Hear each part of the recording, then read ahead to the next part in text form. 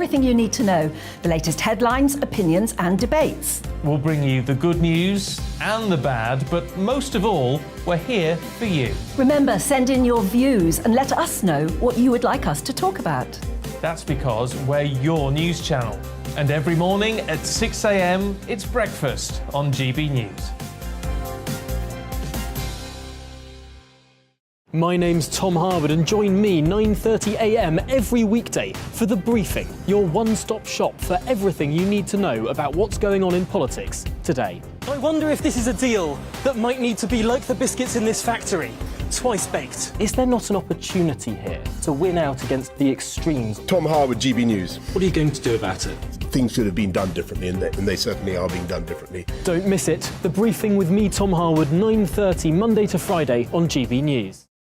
Where would you like to go? Just take me to the studio, please, mate. You know where you're going. I've got a show to do. Friday Night Feast on GB News, 7 p.m. And it's like nothing you've ever seen before. We take a different angle on the week's biggest news stories. The viewers and listeners set me some absolutely mad challenges to do. We tried to rehome a rescue dog. And yes, there's some other wacky stuff in there as well. I feel like I could take on the world.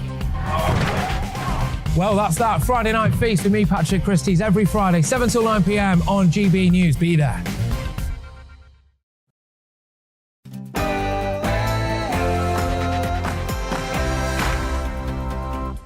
No spin, no bias, no censorship. I'm Dan Wootton. Tonight, we're one step closer to finding out who will be our next Prime Minister after Tom Tugendhat is eliminated from the Tory leadership contest.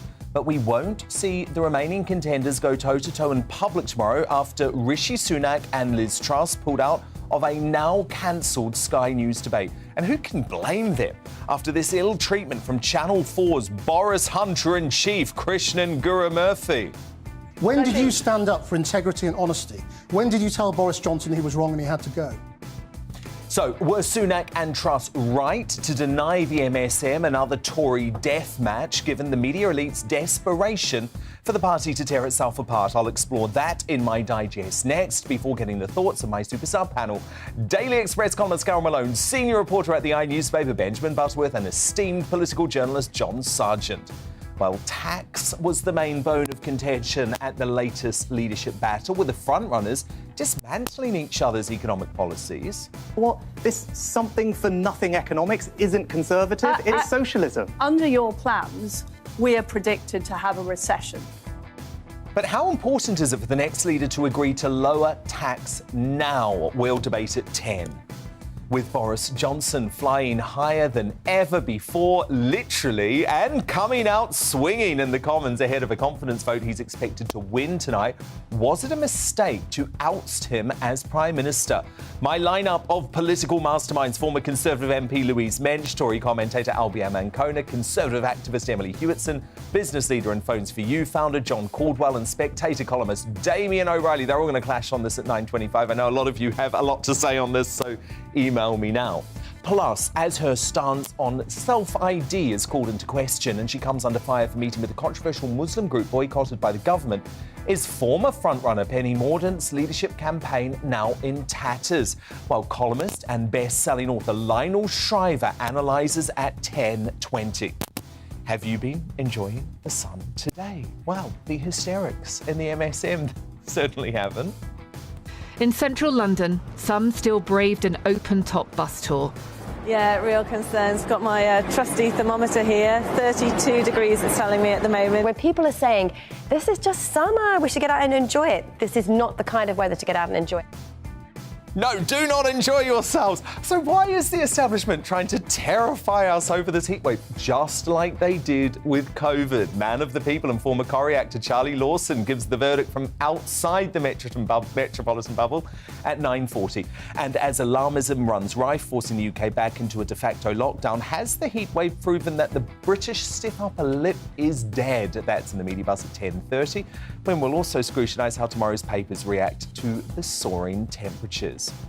Has the Telford scandal proved that political correctness is the biggest barrier to justice for grooming gang victims? This is a story that is out of the media agenda elsewhere, but we've got to keep talking about it, and Spiked Online editor Tom Slater will do so. He's uncancelled at 10:40. Plus, as Qatar comes under pressure to modify its COVID regulations, is football's wokest manager Gareth Southgate wrong to potentially axe unvaccinated England players from the World Cup? GB News star Neil Oliver is tonight's outsider. He'll weigh in at 9:50. And Prince Harry, oh my goodness, he was ranting and raving once again, this time in front of the UN. This has been a painful year in a painful decade. We're living through a pandemic that continues to ravage communities in every corner of the globe. Climate change wreaking havoc on our planet.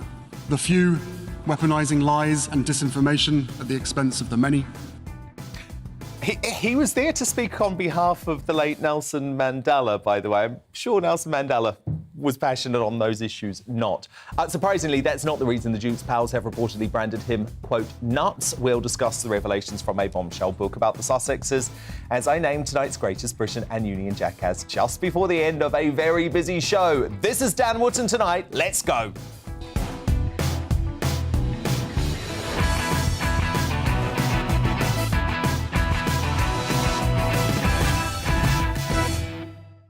Just one thing first, though. Military man Tom Tugendhat is out, and the final four fighting for the Tory leadership is now decided. Let's take a look at them. Rishi Sunak, Penny Mordaunt, Liz Truss, and Kemi Badenoch. The Mordaunt March, well, it's well and truly over, isn't it? After she lost a vote tonight. Boris backstabber Rishi Sunak now almost assured a spot in the final two. He got 115 votes from MPs. You only need 120 to get to that runoff. But Liz Truss and Kemi Badenoch increased their vote by 7 and 9 MPs respectively. So they are going toe-to-toe to be the right-wing candidate in the runoff. What does it all mean? Tonight, all the best analysis of the battle to be PM with my superstar panel. The Daily Express columnist Carol Malone, star reporter at the newspaper Benjamin Butterworth, and political journalist John Sargent. But before all of that, the news with Polly Middlehurst.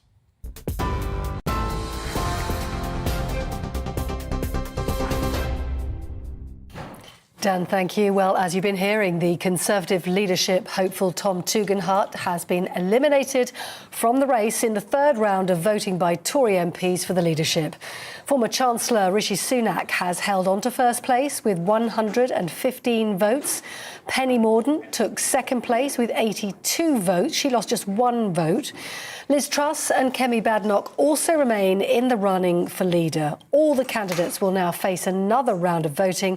That's slated to take place tomorrow, and it's anticipated the final 2 candidates could be decided by Wednesday. Well, in the House of Commons today, Boris Johnson was strongly defending his government ahead of a confidence vote in Parliament later tonight. The Prime Minister signed off as leader by listing what he felt had been his successes, including his record on Brexit, the government's response to the COVID-19 pandemic, and he reminded the House of his strong general election victory in 2019. In other news away from politics, flights from London Luton Airport are back on after the heat caused problems with a section of the runway earlier. The airport had temporarily suspended arrivals and departures as workers attempted to make repairs to the tarmac. That comes as red extreme heat warnings have been issued for millions of people across the UK. Parts of Suffolk saw the hottest day of the year so far, reaching 38.1 degrees. The heatwave has also closed schools for the next 2 days and added pressure on the NHS. But the Health Secretary, Steve Barclay, says contingency plans are in place. Across the NHS, extreme heat plans have been published each May, the last one just a couple of months ago. So local trusts manage the pressures themselves. We're coordinating that across the ambulances. Additional resources have been put in place to surge more capacity to call handlers to support over the weekend and into this week. And we're closely monitoring the situation, and Cobra was an opportunity to look at those pressures across the system, just as we did at the weekend. Well, the sweltering temperatures we've been experiencing across the UK today aren't just limited to our nation. Record-breaking heat has killed more than 1,000 people right across Europe. The hot and dry conditions are fueling wildfires in Spain, France, Portugal and Greece, where thousands of firefighters are battling blazes. Experts say France is in fact facing a heat apocalypse as more than 25,000 people search for emergency shelter. And here, the Metropolitan Police say a 14-year-old boy is missing and believed to have drowned in the River Thames near Richmond in southwest London. They say rescue efforts have been brought to an end, but the search for the boy's body will continue. And police are urging all citizens to take extra precautions after several tragedies in waterways and reservoirs during the heatwave. They discovered the body of a 13-year-old boy in Northumberland earlier today. Robert Hattersley died after a day's swimming near the River Tyne yesterday. Those are the latest news headlines. You're up to date on TV, online and on your radio via DAB+. You're with GB News. And now it's time for Dan Wootton Tonight.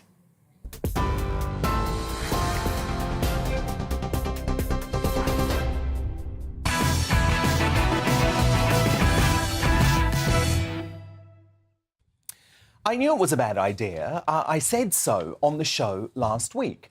During a consequential Tory leadership election that will determine our next Prime Minister, why give the all-important debates that help shape public opinion to Channel 4 and ITV, two of the biased broadcasters who have been on an incessant campaign to bring down Boris Johnson? And sure enough, rather than focusing on the candidate's future plans for the country, the Boris Hunter-in-Chief at Channel 4 News, Krishnan Gurumurthy, wanted to focus on only one thing. When did you stand up for integrity and honesty? When did you tell Boris Johnson he was wrong and he had to go? Why did it take you so long to stand up? Even when you said you might like to be leader one day, you didn't call for him to go. Why should they trust you when you were the second most powerful person in the country? You didn't stand up to Boris Johnson until the very last minute. When did you ever stand up to him about the COVID parties or Chris Pincher being Deputy Chief Whip? Is Boris Johnson honest? Is Boris Johnson honest? So he is not honest. Is Boris Johnson an honest man? I mean, honestly, what were they thinking signing up to that? They've spent 8 months talking about Partygate and Channel 4 News still isn't finished. Well, we are. It's over. You won.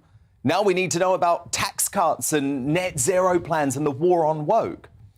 And while I do think Juliette Shinham on ITV News last night actually did a very good job as moderator overall, far, far better than the deranged lefties at Channel 4, she still found time for this Boris gotcha moment. If he wished to serve, who here would be happy to have Boris Johnson in their cabinet? Please raise your hands. If he wished to serve, would you have Boris Johnson in your cabinet if you were PM? Not a single person would have Boris Johnson back I would like to say something about him, because I think it is only fair. Well, we are going to go back to that after the break, so hold that thought. Penny Mordaunt, hold all of your thoughts on that issue, but very notable that not a single person raised their hands. So ITV got what they wanted, but as you could see there, when Penny Mordaunt tried to push back and offer a defence of Boris Johnson's legacy, she was cut off. So in that context, and while I'm usually all for media scrutiny of politicians, of course, I think it's right the frontrunners Rishi Sunak and Liz Truss today pulled out of the Sly News leadership debate planned for tomorrow night. Its moderator, Kay Burley, who along with Beth Rigby is referred to as the broadcaster's COVID party gal, she's not known for her impartiality and would no doubt have made the viral blue-on-blue attacks all about her. It's Tory MPs who have to make the decision this week, and then the final two will be voted on by Conservative members alone. The candidates then should speak in forums like here at GBNews, where they do not have to deal with the craven anti-Boris, anti-Brexit agenda of the rest of the MSM. Given we are facing the coalition of hell, with Labour's Starmer linking up with Sturgeon's SNP, the Lib Dems and the Greens, it was unedifying to say the least, to see some of the biggest figures in the Tory party basically rip each other to shreds, Hunger Games style last night. However, such a combative approach did lead to this breakthrough moment for Liz Truss, who had been struggling with her debate performances, something she's admitted is not her strong point. But when Boris backstabber fishy Rishi Sunak thought he had a real gotcha moment when he quizzed Liz about her political past, we actually got to see her tell her personal story. Watch. My question's for Liz, actually. And Liz, in your past, you've been both a Liberal Democrat and a Remainer. I was just wondering which one you regretted most. I am somebody who was not born into the Conservative Party. I went to school in Paisley and Leeds. I went to a comprehensive school. My parents were left-wing activists, and I've been on a political journey ever since. But my fundamental belief, and the reason I am a Conservative, is I saw kids at my school being let down in Leeds. I saw them not get the opportunities, not get the proper educational standards that you might have got at your school, Rishi. I saw them having wasted potential, and I thought that waste was wrong. That's why I'm a Conservative, because I believe that everybody needs to have that opportunity. I believe in high education.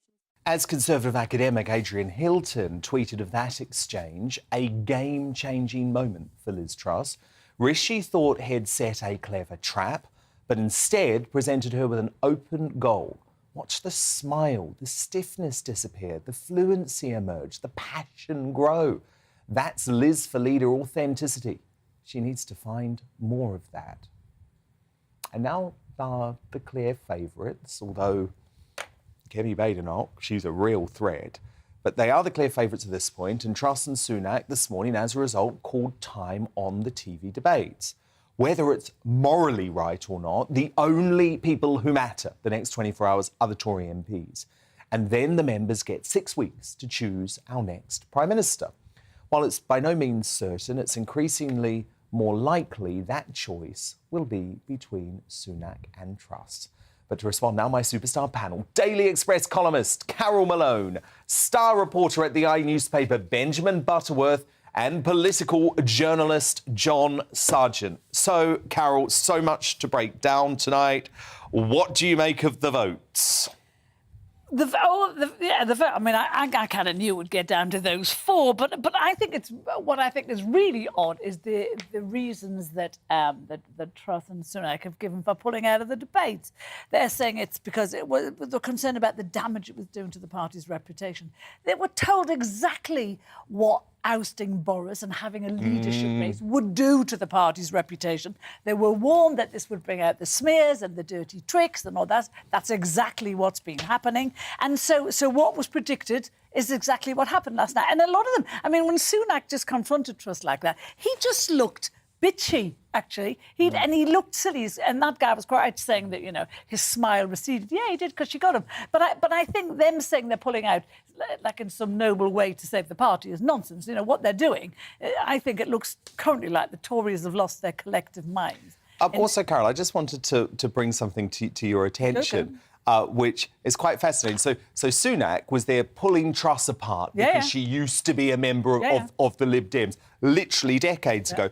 Well, guess what? The Sun's political editor, Harry Cole, has found something that a teenage Rishi Sunak once wrote, where he said a lot of things, including urging his fellow pupils to ignore Tory party propaganda over Gordon Brown's windfall taxes, and saying if voters want a welfare to work scheme that they think will really make a difference, then they should be prepared to pay for it. So if we want to go back that far... But, I think that's what's really unsavoury about all of this, that they are depending on smears and they are depending on hurting people in their party, but they always knew this was going to happen. And I think what the debate that I've seen has exposed so far is the one who's outshone them all is the outsiders, Kemi Badenoch. People like her. She's saying the stuff that people want to hear, but she's never going to get it, obviously, because she's too inexperienced. But, I just think the rest have been made to look a bit silly and self-serving. John, do you think she's never going to get it? Because there's a lot of talk in Westminster this evening that I'm hearing already that the fact that she added more MPs than Truss tonight, even though Truss secured that very important backing from Braverman, who dropped out in the last round, could mean that Kemi isn't out of this race yet. Yeah, I mean, the trouble about that is you can imagine Rishi versus Kemi put to the vote. Kemi would thrash Rishi. All right, but it's He would still thrash that him. is still a very difficult thing to imagine. These are two people from ethnic minorities. You can say, oh, we don't talk about that. We talk about the people. We talk about their abilities. But I think the Conservative membership might just find that too much to take. Well, I one don't of them, want to talk one about ethnic. their I know you don't want to talk about it, but I it's don't a want to talk about it. It's a factor. I think he's absolutely right. It's something that I'm hearing when I'm talking to people all the time. When I'm going into people's houses and people's living room, they're saying Britain's Are they inviting you in? Of course, well, crashing them. No, they're just saying that's something that probably wouldn't happen in this country. The Tories aren't ready for that. And remember, it is a Tory clique and elite that is going to pick the Prime Minister, which I think is also wrong. But anyway. But if you take her as a person, Dan, I mean, I don't want to give the impression I'm in any way against Kemi. If I had a vote, I'd vote for her. I mean, I think she's impressive. She's 42. She's got everything going for her in terms of what the public like, the fact that she's clean slate, she's different, she talks about trust and seems to believe it. It's very impressive, and her actual pitch to the public beats all the others. There's no doubt about that. The thing is, I could understand what you were saying if it was backed up by data, but the latest Conservative Home survey suggests that Kemi would thrash every other contender in a runoff. And, of course, that is a survey of Conservative Dan, Party I would just be worried about these opinion polls. I Yeah. mean, you've got to be if you say to someone, exactly, are you racially prejudiced? They're saying, certainly not. And you then give a picture of someone from an ethnic minority and a white person. Are they affected by it? I'm afraid they are. I don't mean all of them. I don't mean excessively so. But if we completely if we don't make any mention of it at all in the weeks that come, I think we are in our own ways as journalists selling the public short. Well, do you know what? I hate identity politics in all ways. So the reason I don't want to talk about it is I also can't stand everyone saying, oh, how brilliant is the Conservative Party because we're going to have a woman, we're going to have an ethnic minority. For me, I just want the best person for the job. I'm completely colourblind when it comes to that. Don't give a damn about their sex. That's don't give a damn about their sexuality. Dan, we're great.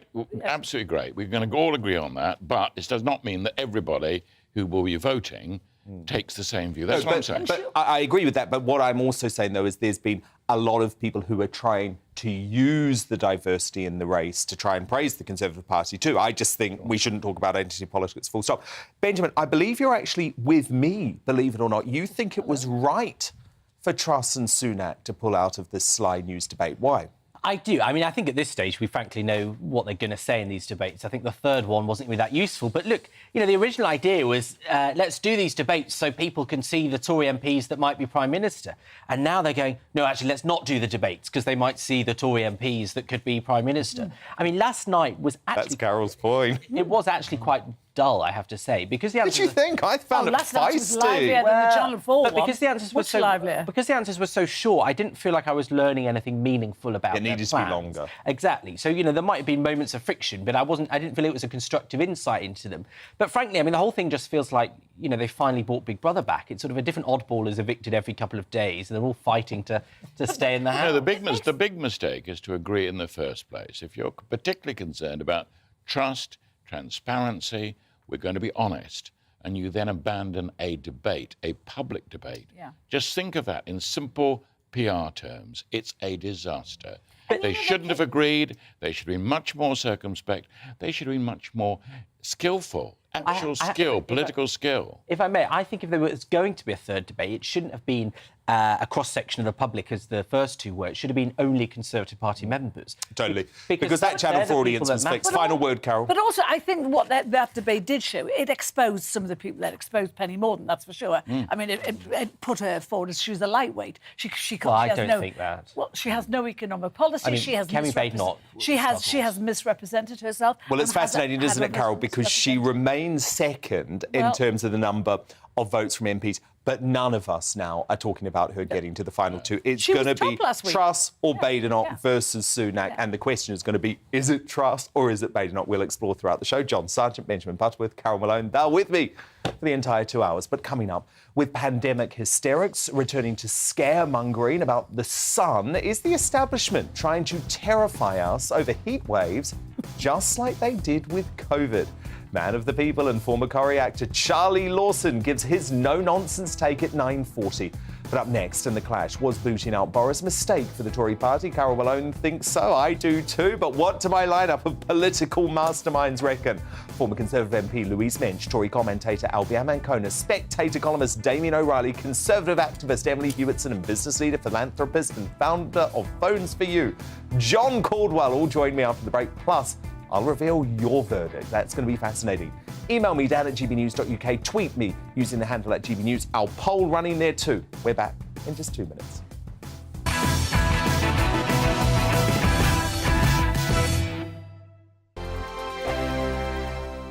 We are GB News. We're right across this great nation. On TV. On radio. On digital. Absolutely everywhere. We don't talk down to you. We embrace all voices with honest and civilised conversation. We are not part of the establishment. We're one of you. And we're only getting started. Join us on GB News, the People's Channel. Britain's news channel.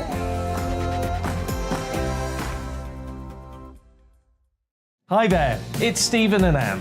At breakfast from 6 a.m, you'll always be caught up with everything you need to know. The latest headlines, opinions and debates. We'll bring you the good news and the bad, but most of all, we're here for you. Remember, send in your views and let us know what you would like us to talk about.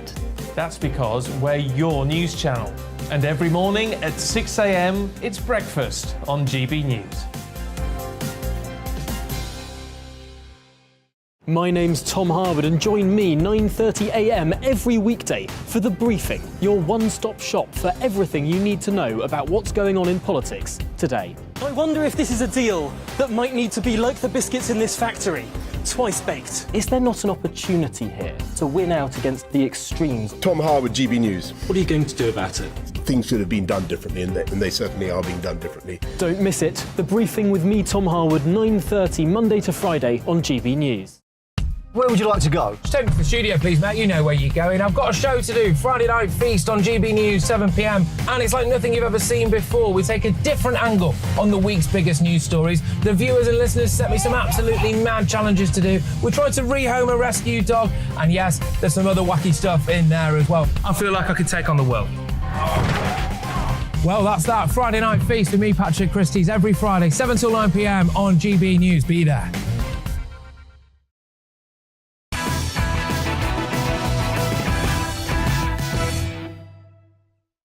Unfiltered opinion from Charlie Lawson and Neil Oliver on the way this hour, but it's time now for the clash. While the Tory leadership contenders were busy tearing each other apart on stage, their predecessor Boris Johnson was having a brilliant weekend. The outgoing maverick Prime Minister did his best Top Gun impression as he flew in the cockpit of a £75 million Typhoon fighter jet and compared the thrill-seeking flight to his turbulent premiership, declaring he had performed some pretty difficult, if not astonishing, feats. And today he went down swinging as he addressed MPs during the confidence vote in his government. This is one of the most dynamic governments of modern times, not just overcoming adversity on a scale we haven't seen for centuries, but delivering throughout adversity. We got Brexit done, and though the rejoiners and the revengers were left plotting and planning and biding their time, and I will have more to say about the events of the last few weeks and months in due course, we delivered on every single one of our promises. So what do you think? Considering all he achieved and the calibre of the Tory leadership contenders, was it a mistake for the party to dump Boris Johnson? My email address, dan@gbnews.uk. You can tweet your thoughts at GB News. We've got a poll running there. Those results are going to be fascinating. I'll bring you the results soon. But to help you make up your mind, I'm going to bring in a new raft of political masterminds to clash tonight. I'm joined by Spectator columnist Damien O'Reilly, former Tory MP Louise Mensch, Conservative activist Emily Hewitson, entrepreneur and billionaire philanthropist John Caldwell, and political commentator Albi Amankona. So, Damien, you wrote a fascinating column in The Spectator where you essentially said, yes, this is a huge mistake. With Boris gone, it's difficult to differentiate the Tories from the Labour Party. Yes, my point was that it was extremely hasty to get rid of him. He's a once-in-a-generation politician. He's a serial election-winning machine. And with him out of the way, you realise just quite how mediocre the candidates to replace him are. And there is nothing really to separate them from the Labour Party. And I predict, as a result, they will likely lose the next election quite badly and probably be out of power for, in the column I say, up to a decade. So, Louise Mensch, that's what Damien Riley says. You were supporting Boris Johnson, but in hindsight, you now think it's the best thing that he's gone. Well, the fact is, as he said himself, those are the breaks. And I think we can look at people that pushed him out. We can look at Rishi and we can look at Liz Truss.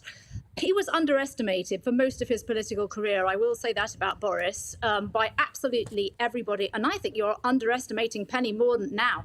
Honestly, I don't know how many times Liz Truss has to fail to beat her, this massive Remainer, for you to accept that Conservative MPs prefer Penny by quite some distance. And that But is the right wing is right split, now. Louise. It's split. You know that. It's split between Badenoch and Truss. That block combined takes the right-wing candidate to the final two. If that were true, and it isn't, Liz Truss would have got more votes. I think Penny's best line at the debate yesterday, and it was a killer one for me, was, I am the only person on this stage who has taken a seat from Labour. That's absolutely true. Everybody else is in a cushy, safe seat. She knows how to fight. She knows how to win. She's been doing it since she was a teenager, brought her little brother up from the age of 15. And her decency is what people want. They don't want these catfights. They don't want this sniping. They don't want what you saw. You saw your picture of Liz Truss right there, that you said it was a killer blow. Well, while she was saying that people have been let down, a Conservative government was in power. She's saying she went into politics because people were let down. Well, then she's accusing the Conservatives. And I think when you look at Penny, I was in the trenches in Brexit with her. She's Brexit through and through. She did not stab Boris in the back, and she's the leader that we need. And that's why she is second, not third, like your girl Liz. Hey, I haven't declared. I'm just stating the facts of where it is. Emily Hewitson, you've actually done the flip reverse to Louise Mensch, right? You thought at the time it was right for Boris to go. Now you're looking at the leadership contenders and thinking, what the heck have we done? Yeah, absolutely. Although at the same time, I think just with quite how many resignations happened, it basically made his position untenable. But at the same time, looking at the top two, which is likely, I believe, to be Rishi and Truss, because I think, unfortunately, the actual Conservative candidate, which is Kemi, is going to get knocked out, and most of her votes will go to Truss. So I do think it will end up being Truss or Sunak. And then we have a real problem. It's like picking the trash between the trash. On one hand, we've got Liz Truss, who I don't believe can win an election. I mean, we saw how dreadful she was in that first debate. I just don't think she could either win the membership ballot, let alone a general election. Then you've got Rishi Sunak, and I see all these MPs supporting him. And I just think, what was the whole point of ousting Boris if you're just going to replace him with his right-hand man who supported him all along the way, apart from the last minute when, in fact, he turned out to be a massive snake? Yeah, and it's a continuation of his economic policy too, which is currently damning the country to a lack of growth and a cost of living crisis. Now, look, John Caldwell, I've got to bring you in on this because you know the candidates look to a bloke like you. They need your support. They want your money. How do you feel? Do you feel like it was a mistake looking at these candidates for the Tories to wave bye-bye to Boris Johnson prematurely? Well, I feel very disappointed with all the candidates that are left, that's for sure. I don't see anybody that I would really want to give my support to. But Boris, unfortunately, had to go. But it's really actually very sad because he was a powerful and charismatic leader. He was able to make decisions and lead. And but unfortunately, with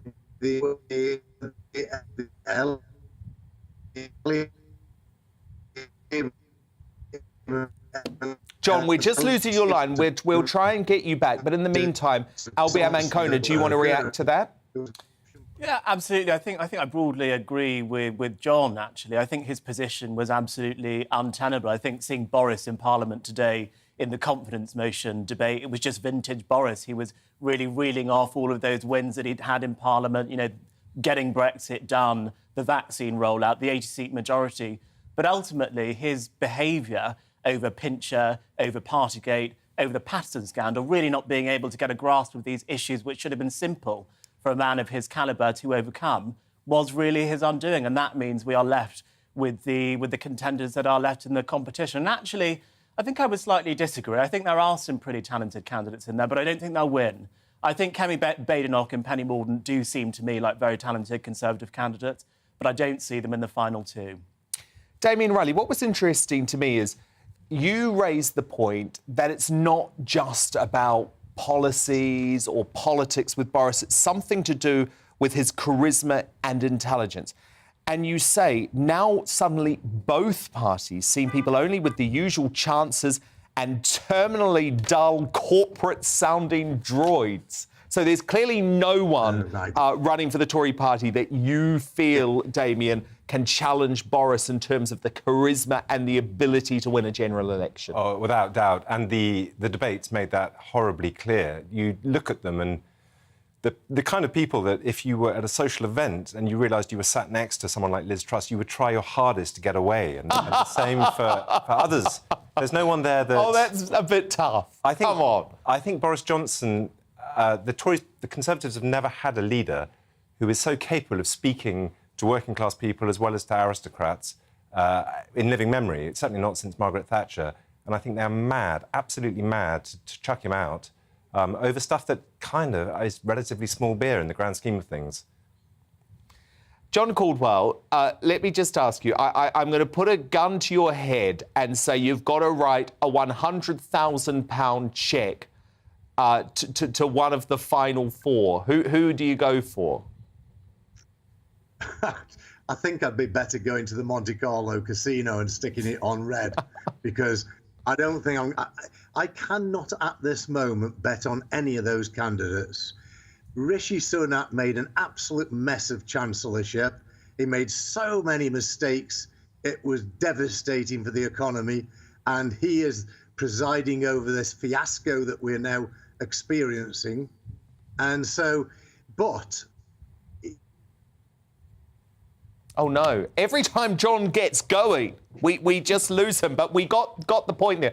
Louise Mensch, is the Conservative Party in trouble? I don't think it is, because, again, you know, all I hear from you guys is doom and gloom, and that's not what we want from the party of Thatcher. That's not what we want from the party of Boris. Stop saying that we're going to have two candidates that are definitely going to lose, and I do agree with everybody. Rishi will lose to Labour, and Liz Truss will lose to Labour, and that's why Penny Mordaunt is going to be one of the final two. And let me tell you, somebody who knows her pretty well, if you're looking for somebody who's fun to have a beer with and who's enjoyable at parties, all you have to do is watch Penny Mordaunt's Loyal Address. She is hilarious. She is a lot of fun. I won't want to saddle her with any nicknames, but she's got personality and she's got spirit and she's got a backstory that can actually beat Labour. She's done it locally. She can do it nationally. We don't give up in this party. We don't say we're faced with these two losers, Mr. and Mrs. Potato Head. That's not the way it goes. Would Maggie Thatcher do that? No, she wouldn't. And well, Emily Hewitson... For everything you guys say, she's second. She's still second. Well, Emily, is that not a strong argument? Louise says, hang on a moment, don't mourn Boris because I'm presenting you an election winner in Penny Mordaunt. Why are you not convinced by Penny, Emily? Well, it all sounds like, a lovely deal that I'd love to get on board with. But if you speak to anyone that's ever worked with Penny, one word keeps coming up, and that's incompetent. That's a real issue. If she's going to be the next most amazing Prime Minister, why are all of her former colleagues coming out to say that she's really incompetent? And it's not just people that, want to push a certain campaign. I've spoken to my personal MP friends who have also heard similar. Louise Mensch, Amanda Patel, the Daily Mail columnist who used to be the head of communications for the Conservative Party, or for William Hague anyway, used to work closely with Penny Mordaunt. She was on this sofa last week saying she's a lovely person, completely agrees with you, You could go for a drink with her, but she doesn't have a big brain. That was how Amanda Patel put it politely. Then obviously there's Lord Frost saying that she wasn't great. I mean, I'm just reporting back what's been said. I like her, but how do you respond to that, Louise? Because a lot of folk are saying I would tell anybody who's heard that, which is nonsense, because her colleagues at the ministries have been coming out and defending her. I mean, David Davis, the least woke man in England, was defending her the other day. True. I would say to you, go onto YouTube and look up, just Google Penny Mordaunt, Angela Rayner. You watch her flaying Angela Rayner alive. It was like House Bolton of Game of Thrones. And then you come back and you tell me that she doesn't have a big brain. She knows how to deal with Labour, no problem whatsoever. She is very bright, she is very smart, and you shouldn't listen to the PR briefings that other campaigns are putting out. You should go and check it out for yourself. She's the decent candidate, she's the common sense candidate. She reflects what grassroots Conservatives are like and British voters in general are like. Damien, Emily, I know right now, like me, you probably feel Boris would be the better bet. If you had to go for one of the final four, who would it be, Damien? Penny, she has good hair. Emily? Oh, I'm feeling fine if we can get Kemi onto the final two, and then everything will be just fine, but we need to get her onto the final two. And I think what this contest has shown is that the Conservative MPs and the membership, there's a big divide between them. What the members want and what the Conservative MPs want is very different, and I think that's really showing this. Big time. I totally agree with that point. And Albert Ancona, final word to you. Who are you backing? For me, it's got to be between either Penny Mordaunt or Kemi Badenoch. OK. Look, great debate. Conservatives Against Racism co-founder Albert Ancona, Spectator columnist Damien Riley, former Tory MP Louise Mensch, and the Conservative activist Emily Hewitson. Thank you so much too. We lost him at the end, but brilliant to hear the thoughts of the entrepreneur, billionaire philanthropist John Caldwell. Let me tell you, the Tory party high command will be very unhappy with John Caldwell saying there are just none of those candidates he would want to write a cheque for. So, who do you agree with? Considering the Tory leadership contenders, was it a mistake to dump Boris Johnson? From Drew on Twitter, long-term, no.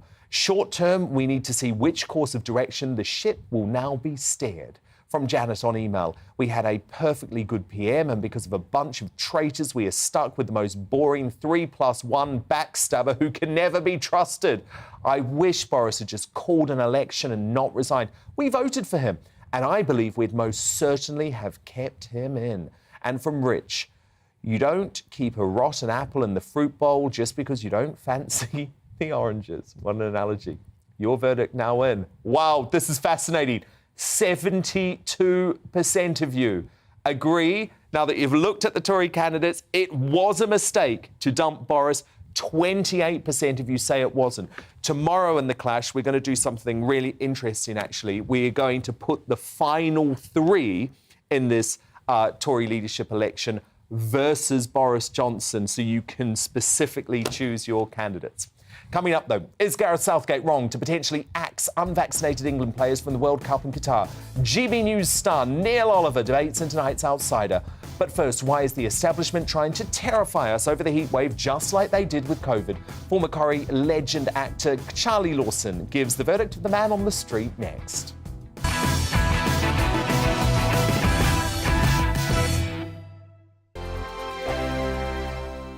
We are GB News. We're right across this great nation. On TV. On radio. On digital. Absolutely everywhere. We don't talk down to you.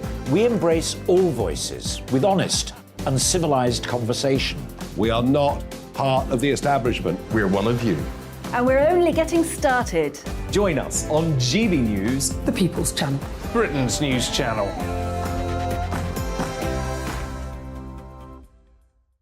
Hi there, it's Stephen and Anne. At breakfast from 6 a.m, you'll always be caught up with everything you need to know, the latest headlines, opinions and debates. We'll bring you the good news and the bad, but most of all, we're here for you. Remember, send in your views and let us know what you would like us to talk about. That's because we're your news channel. And every morning at 6 a.m, it's breakfast on GB News. My name's Tom Harwood and join me 9:30 a.m. every weekday for The Briefing, your one-stop shop for everything you need to know about what's going on in politics today. I wonder if this is a deal that might need to be like the biscuits in this factory, twice baked. Is there not an opportunity here to win out against the extremes? Tom Harwood, GBNews. What are you going to do about it? Things should have been done differently, and they certainly are being done differently. Don't miss it. The Briefing with me, Tom Harwood, 9:30 Monday to Friday on GB News. Where would you like to go? Just take me to the studio, please, mate. You know where you're going. I've got a show to do. Friday Night Feast on GB News, 7 p.m. And it's like nothing you've ever seen before. We take a different angle on the week's biggest news stories. The viewers and listeners set me some absolutely mad challenges to do. We tried to rehome a rescue dog. And yes, there's some other wacky stuff in there as well. I feel like I could take on the world. Well, that's that. Friday Night Feast with me, Patrick Christie's, every Friday, 7 till 9 p.m. on GB News. Be there.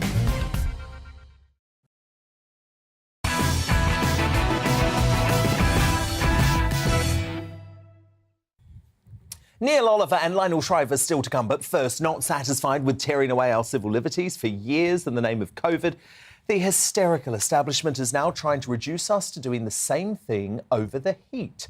With forecasters predicting a record high of 41 degrees this week, the fear-mongering mainstream media channels are spiralling with irresponsible, alarmist headlines, even predicting death for thousands. Think I'm making it up? Just look at this. Normal, everyday life has had its challenges today. In central London, some still braved an open-top bus tour. The heat is dangerous. A level 4 heat health emergency has been declared, meaning that even those who are fit and healthy are in danger. Schools closed, runways melting, rail lines buckling as Britain bakes in the heatwave. And it really just isn't worth the risk of taking them outside. Yeah, real concerns. Got my trusty thermometer here, 32 degrees it's telling me at the moment. It feels really hot. I genuinely didn't think in my forecasting career in the next 20 years, even then I'll be predicting these temperatures. So when people are saying, this is just summer, we should get out and enjoy it, this is not the kind of weather to get out and enjoy. I did, and I will. The outraged NHS GP Renee Hodenkamp took to Twitter to call out the BBC in particular for whipping up panic. She wrote, I don't watch TV normally, but in hospital today and turned on BBC News, and what a mistake. It is wall-to-wall weather hysteria, correspondents all over the place in parks, even Battersea Dogs Home advising on paddling pools for dogs. We have officially gone mad. Despite the health establishment's desire for the country to grind to a halt, for the vast majority of us, this is a lovely hot day where we can put on a bit of sunscreen, go out and enjoy it with absolutely no consequences to our health and certainly without dropping dead. Ex-Corrie actor, voice of the people, Charlie Lawson is here now. Charlie, I mean, look, you must remember 1976, right? There was something like 16 days in a row of plus 30-degree weather. Yeah, it was. They were good times. Actually, I was a lot younger, but I do remember those times. You were a mere baby. I think the trouble is, Dan, we've had behavioural scientists telling us stuff for the last 2.5 years about COVID and all the rest of it, and what it has done is actually made a significant number of millions of people in the country become so risk averse that they are now subconsciously requiring to be told when to fart or when to, do you know what I mean? They feel without knowing it that they have to be told by somebody from the UK Health Security Agency. And really, you know, when you think about the fact that there were soldiers fighting in Afghanistan in full battle uniform in 110 degrees, you know, and this argument that old people... Look, I've always said this. I said it about COVID, and I said it to you. Of course, the vulnerable need to be looked after. Yeah. That goes without saying. It's got nothing to do with bloody sunshine or cold or whatever. We should do that irrespective of whatever. But, you know, do not stop telling me to wear baggy clothes and do this and do... You know, it's none of your bloody business. And I was out in the garden today, Dan, doing the ironing. Debbie was at work, so I was doing the ironing. And I put the factor on, and I had lots of nice cold water, and I thoroughly enjoyed the sunshine. And it was 86 up here in Cheshire, you know. Totally. And Charlie, the thing that really disturbs me is young and healthy people being told to stay at home. Well, actually, Charlie, if that happens, if that is how society ends up, that puts the vulnerable at risk. I mean, who's going to deliver food for these people? Who's going to look after them at the GP's surgery if young and healthy people are staying at home? The messaging has to change. It should be, if you're young and healthy, go and live your life. You're going to be absolutely fine, just like we're absolutely fine when we go on holiday to Spain or Thailand. If you're vulnerable, we'll look after you. That's what the messaging should be. There was a girl on the news this morning saying that she was going to shut the schools down. Oh. And, it's just, we are raising a bunch of risk-averse young people who will be too scared to do anything unless they get permission by some health security agency or whatever. And it's to the detriment of this great country of ours. And you and I and everybody else on GBNews and certain other channels has seen this happening for, I've seen it going on for the last sort of 2.5, nearly 3 years. And fortunately, plenty of us decided that we were big enough and brave enough and bad enough and ugly enough to make up our own decisions. And at the same token, look after our elderly and vulnerable people. And that's what we've done, And I'm afraid the whole thing really just makes me angry. And I feel very disappointed for the young people. And I've said it before and I'll say it again. God help us if we have to send an army to Ukraine or anywhere else, because we're rearing a younger generation that really we want to be proud of. But if we keep spoon feeding them and wiping their backsides for them until they're 25, we'll never get anywhere. I know, and say, no, don't worry, little Marty, you can stay in bed today because it's a little bit hot and I'm going to call up the school and say he's not going to come in. No, you get to school, you get to your job, we're here in 40-degree heat. That's how society keeps going. Charlie Lawson, man of the people. We'll speak next week, Charlie. Thank you so much. But coming up, as Truss and Sunak tussle over their economic plans, is it essential for the next leader to agree to lower taxes? My superstar panel and I debate that after 10. But first, is it wrong for Gareth Southgate, football's wokest manager, to consider axing unvaccinated England players from his World Cup squad? Neil Oliver and I get into that in The Outsider next.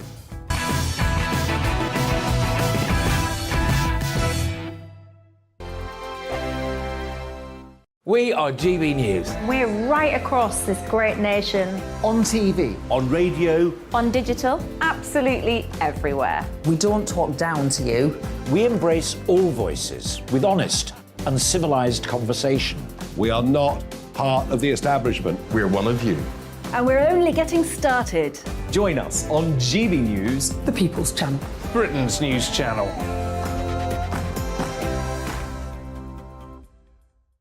Hi there, it's Stephen and Anne. At breakfast from 6 a.m, you'll always be caught up with everything you need to know, the latest headlines, opinions and debates. We'll bring you the good news and the bad, but most of all, we're here for you. Remember, send in your views and let us know what you would like us to talk about. That's because we're your news channel. And every morning at 6 a.m, it's breakfast on GB News. My name's Tom Harwood and join me 9:30 a.m. every weekday for The Briefing, your one-stop shop for everything you need to know about what's going on in politics today. I wonder if this is a deal that might need to be like the biscuits in this factory, twice baked. Is there not an opportunity here to win out against the extremes? Tom Harwood, GB News. What are you going to do about it?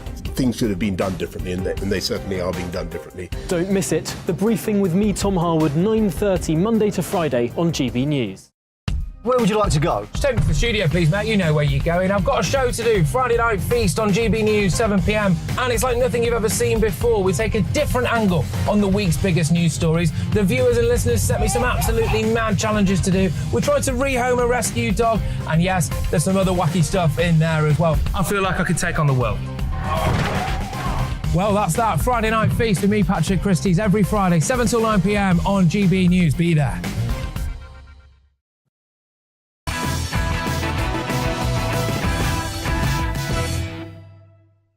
A A first look at tomorrow's newspaper front pages coming up, but now Neil Oliver is tonight's outsider. And if you thought England manager Gareth Southgate couldn't sink any deeper into the murky waters of virtue signalling, think again. Following his persistence in getting England to take the knee at a World Cup marred by concerns of serious human rights and gay rights abuses, Southgate is now allegedly preparing to axe some of his Three Lions stars who have declined to take the COVID vaccine. A handful of unvaccinated players expected to make the team for this winter's tournament are now sweating over their inclusion in the squad because they'd have to isolate for 5 days on arrival in Qatar. Southgate is reportedly close to telling them all to stay home and watch the action from their sofas.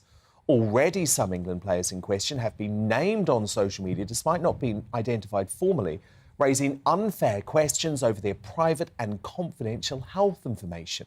And that's before you get into the injustice of these hard-working and talented England stars being denied the chance to play some of the most important matches of their lives. So, Neil Oliver, look, we're used to liberal hypocrisy from Gareth Southgate on a raft of issues. But why does he think it's acceptable to consider ditching England players from the World Cup simply based on their vaccination status? I have no idea why he thinks that's acceptable, because I think by any reasonable measure it's unacceptable. It's coercion, pure and simple. He's preying on young elite athletes' desire to play in a World Cup. For some of them it will be the only chance, it will be the highlight of a career. And this is, carrot and stick psychology. Basically saying, take this experimental procedure of unproven safety or you can't come to Qatar with the rest of the squad. I mean, that's what it boils down to. Forcing people to take an experimental medical procedure is against players, human beings' inalienable rights. Their vaccine status should be none of Gareth Southgate's business. By any stretch, there is already evidence of harm caused by these injections.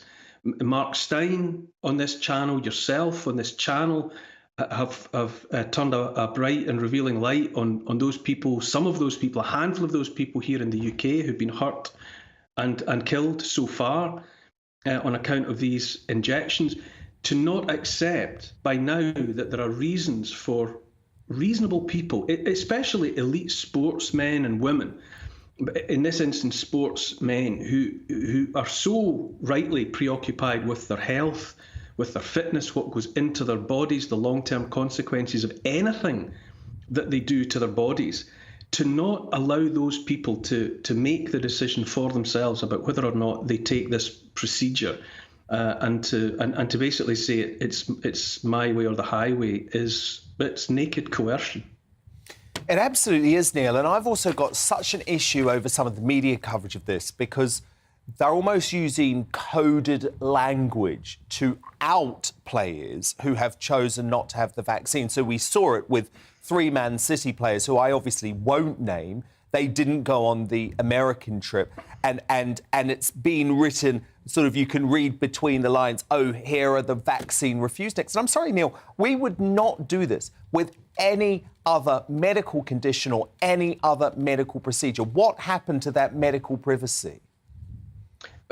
It's beyond the pale. You're absolutely right. And in any sane universe, the rightness and wrongness that you have just outlined would be upheld. There are hundreds at least, if not thousands, of sports people at high levels of performance, professionals and people at high levels in the amateur games, collapsing on the pitch or in training with heart conditions post vaccination. These instances are happening at levels that commentators are saying they've never seen before. An unprecedented question mark is hanging over the safety of these products at the moment. And now, for goodness sake, I mean, it's 2 years in, and they're still being coerced to take the chance. I think that's unforgivable. Why isn't Gareth Southgate's priority his players' health and fitness? Well, I remember, You know, Neil, I thought- having I Matt thought that- Letizia on this show a number of months ago now, and Matt has taken serious flack throughout the MSM because he's incredibly influential in the world of football, and people are saying, you naughty man, putting these footballers off getting the jab. He's not doing that, Neil. All he asked the football associations for months ago on this show is to launch an investigation and actually find out the facts so that the players can be assured of the vaccine safety. And we know that hasn't happened, Neil, because they cannot assure the players of the vaccine safety. They cannot. The data are not there to enable that. But the way the procedure has already been administered to half the population of the planet, and the outcomes of those people are not being tracked. So it begs the question if the kind of safety data that's so urgently required will ever be properly available.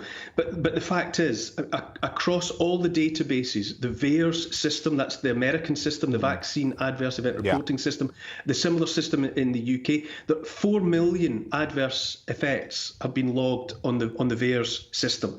And everyone agrees that that's probably no more than a tenth of what has actually happened, because it's a voluntary system and not all adverse effects by any stretch of the imagination are logged. In the UK, 500,000 adverse effects. You know, in the past, with traditional vaccines, swine flu, polio vaccines in the past, in the 70s and other times, you know, in living memory, have been withdrawn after, you know, the swine flu vaccine in 76 was withdrawn after 53 reported deaths. The polio vaccine withdrawn after a year after 10 reported deaths. There's tens of thousands of reported deaths associated with these products, and yet after 2 years they're still out there, which is scandalous enough. But the fact that a group of elite sportsmen whose lives and livelihood depend upon their physical health and well-being are being coerced in the glare of the world's publicity to either out themselves as people who haven't taken the procedure and, you know, and roll up their sleeves and take it against their will. I cannot believe that this shameful spectacle is unfolding in Britain, being egged on and cheerled by the media. I know. These people and should all be of these named and people, by shamed. the way, who campaign for bodily autonomy when it's about females in the US, but don't have the same feeling when it's about sports people here in the UK. Neil, Oliver, thank you so much. Of course, both sides of the story here on GB News, and a government spokesperson has told us all vaccines have undergone robust clinical trials and meet the UK medical regulators' strict standards of safety, effectiveness and quality.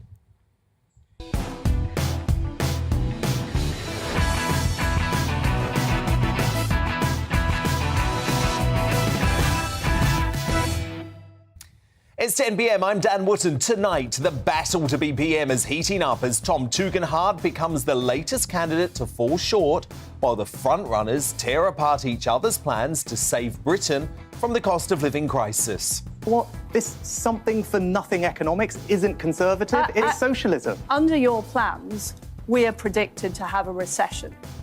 But how important is it for the next leader to agree to lower tax? I'll get the views next of my superstar panel, Daily Express columnist Carol Malone, senior reporter at the newspaper Benjamin Butterworth, and esteemed political journalist John Sargent.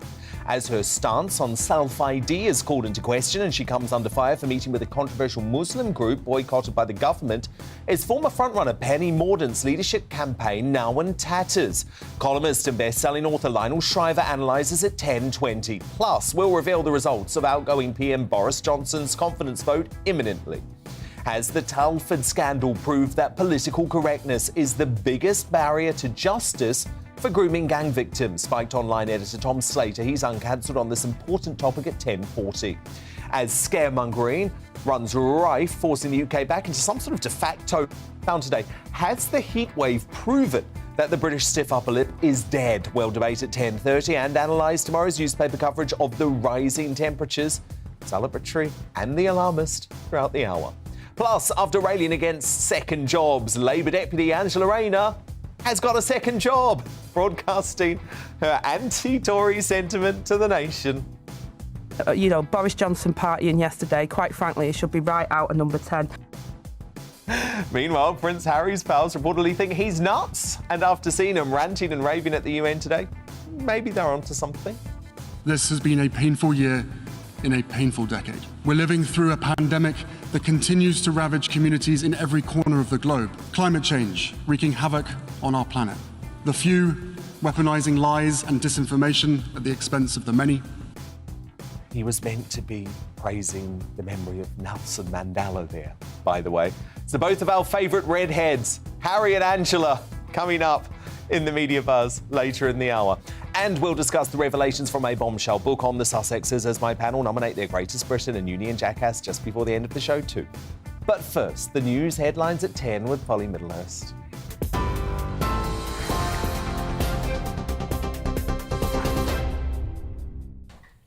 Thanks very much, Dan. So, Conservative leadership hopeful Tom Tugendhat has tonight been eliminated from the race to be Tory leader in the third round of voting by Tory MPs. The former Chancellor, Rishi Sunak, has held on to his first place with 115 votes. Penny Mordaunt took second place with 82 votes, only losing one of her share. Liz Truss and Kemi Badenoch also remain in the running for leader. And all the candidates will face another round of voting tomorrow. It's anticipated the final two candidates could be decided by as soon as Wednesday. Well, Boris Johnson has been strongly defending his government's record ahead of a confidence vote in Parliament. The Prime Minister signed off as leader by listing what he felt had been his successes whilst in power, including his record on Brexit, the government's response to the COVID-19 pandemic, and he took time to remind the House of his strong general election victory in 2019. The result of the vote is expected shortly. So, heatwave-wise, flights from London Luton Airport were back on track now after the heat did cause problems with a certain section of the runway earlier on.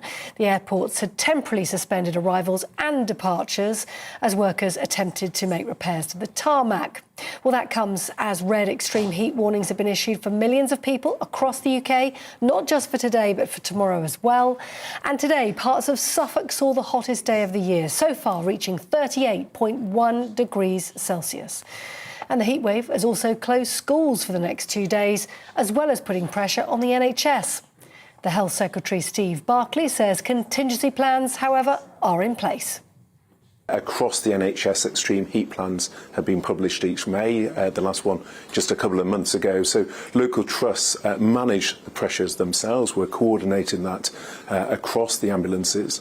Additional resources have been put in place to surge more capacity to call handlers to support over the weekend and into this week. And we're closely monitoring the situation, and Cobra was an opportunity to look at those pressures across the system, just as we did at the weekend.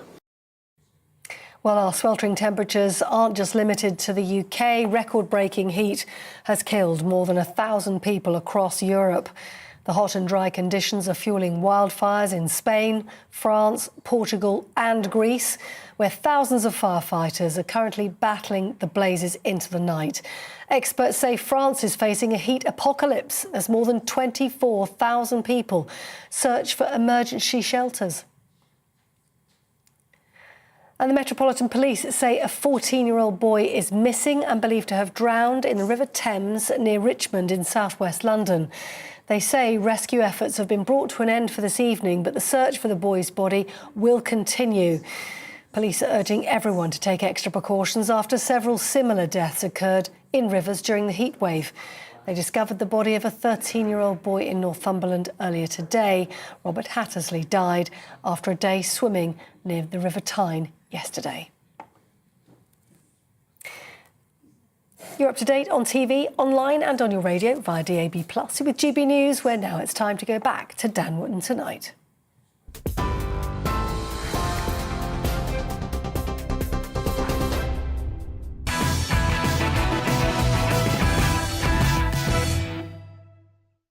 Tomorrow's News Tonight now in our Media Buzz.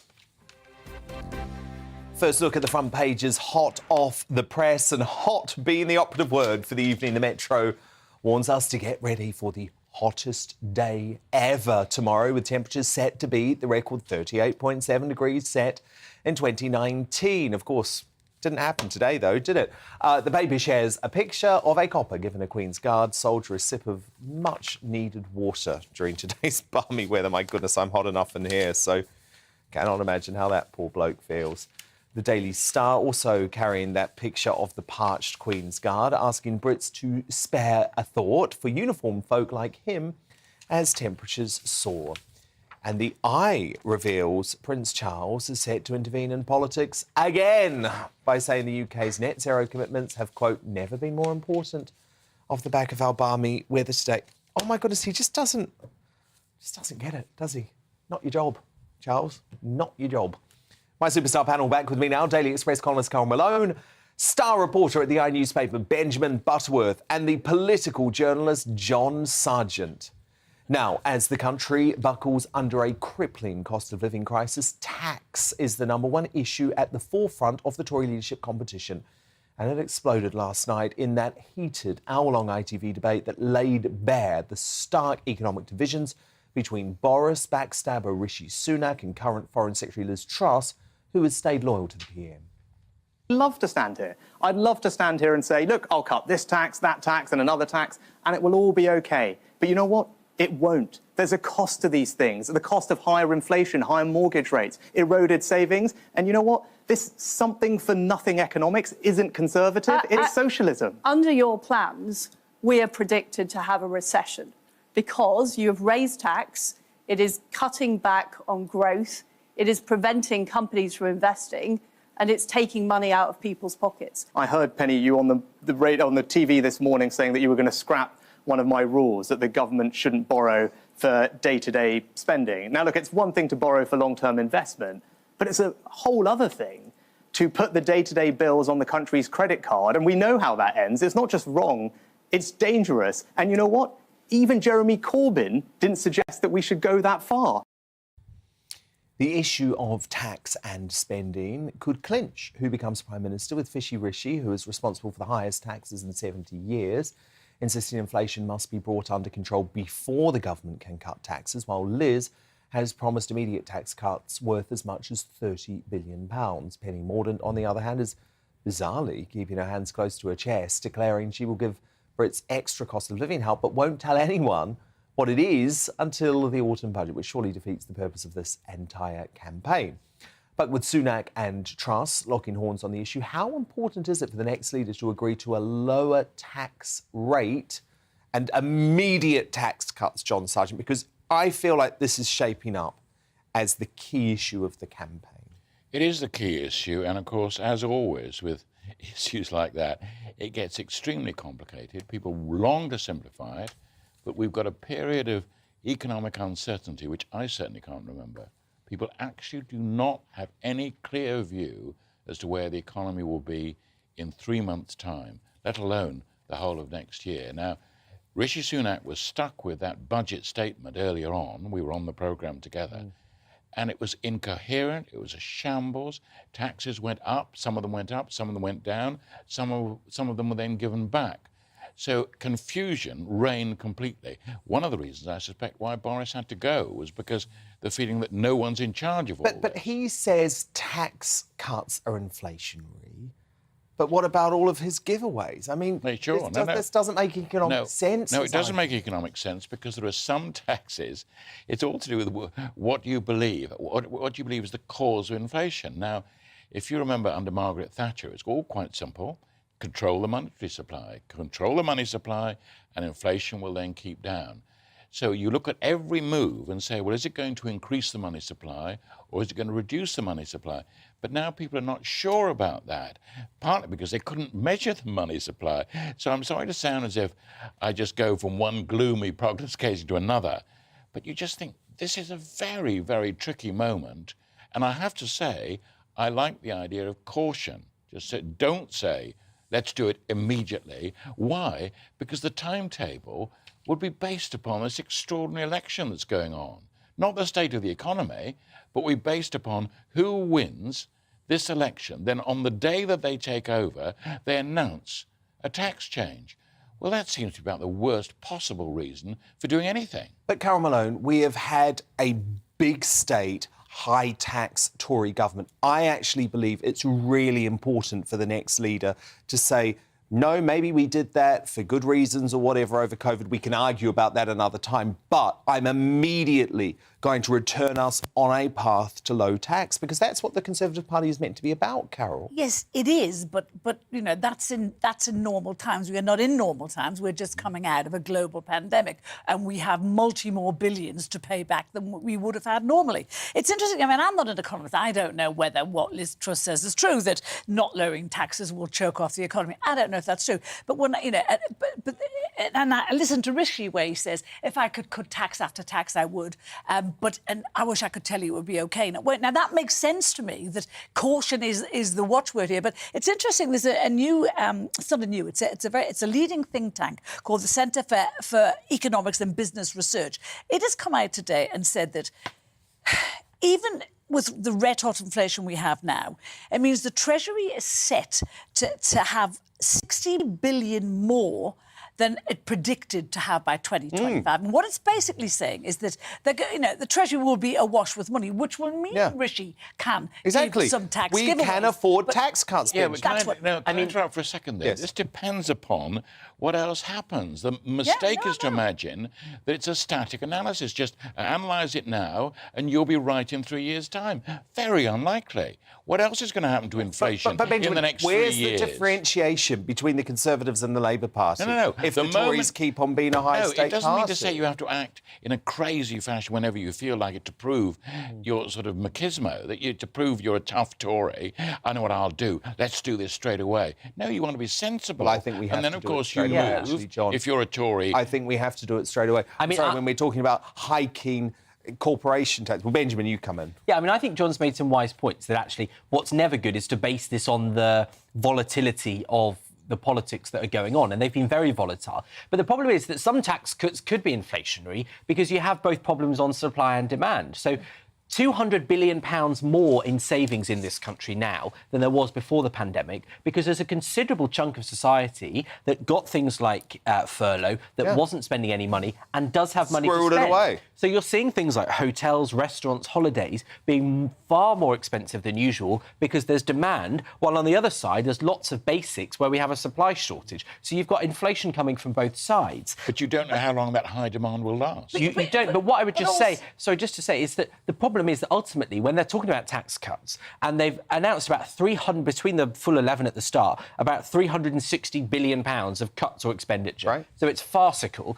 I just don't believe them. I don't believe that if they become PM on, 6th of September, when Boris will hand in his notice to the Queen, I don't believe that they'll follow through with this. I think it's a race to win over right-wing Tories. Final word, Carol. Liz Truss is saying that she would lower taxes because she knows that's popular with voters, but it's not fiscally responsible but it is to what she run believes. A country. Look, it is on what Liz Truss the believes, though, vote. because she was one of the few cabinet ministers alongside Jacob Rees-Mogg who, when Sunak wanted to increase the national insurance, for example, she fought against it at the cabinet table. Now, obviously, she didn't resign.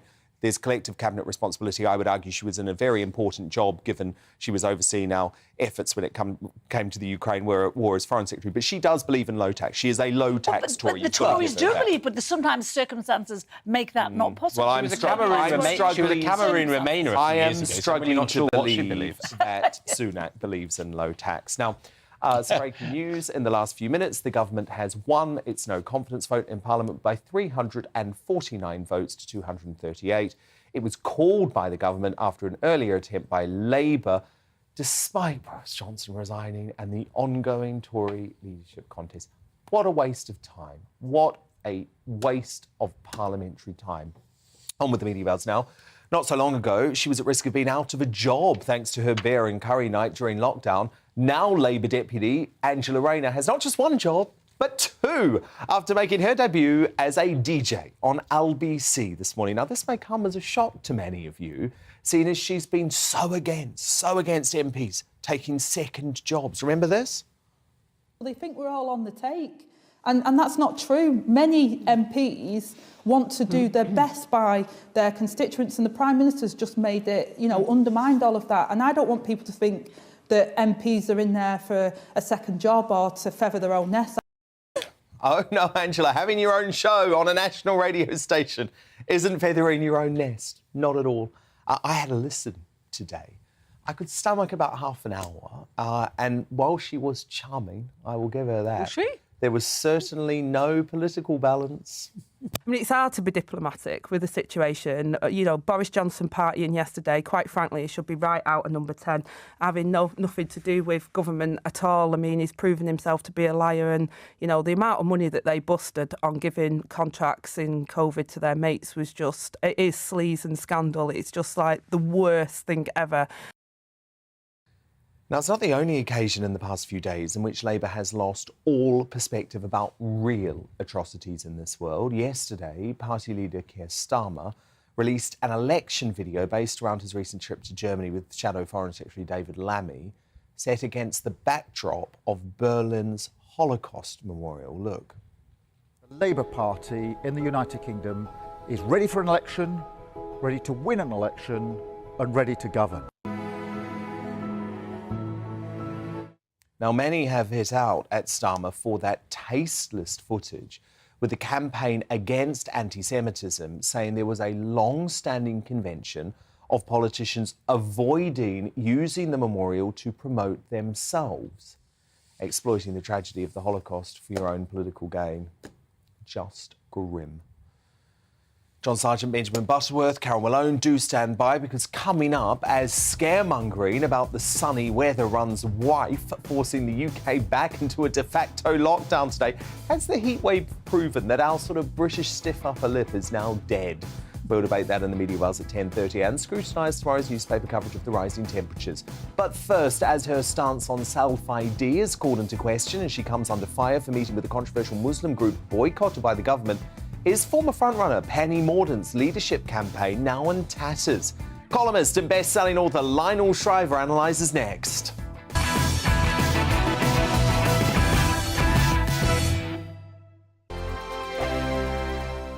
We are GB News. We're right across this great nation. On TV. On radio. On digital. Absolutely everywhere. We don't talk down to you. We embrace all voices with honest and civilised conversation. We are not part of the establishment. We're one of you. And we're only getting started. Join us on GB News, the People's Channel. Britain's news channel.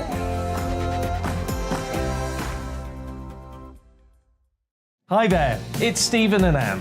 At breakfast from 6 a.m, you'll always be caught up with everything you need to know, the latest headlines, opinions and debates. We'll bring you the good news and the bad, but most of all, we're here for you. Remember, send in your views and let us know what you would like us to talk about.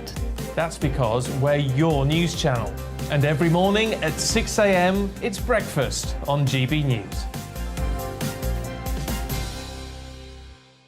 My name's Tom Harwood, and join me 9:30 a.m. every weekday for The Briefing, your one-stop shop for everything you need to know about what's going on in politics today. I wonder if this is a deal that might need to be like the biscuits in this factory, twice baked. Is there not an opportunity here to win out against the extremes? Tom Harwood, GB News. What are you going to do about it?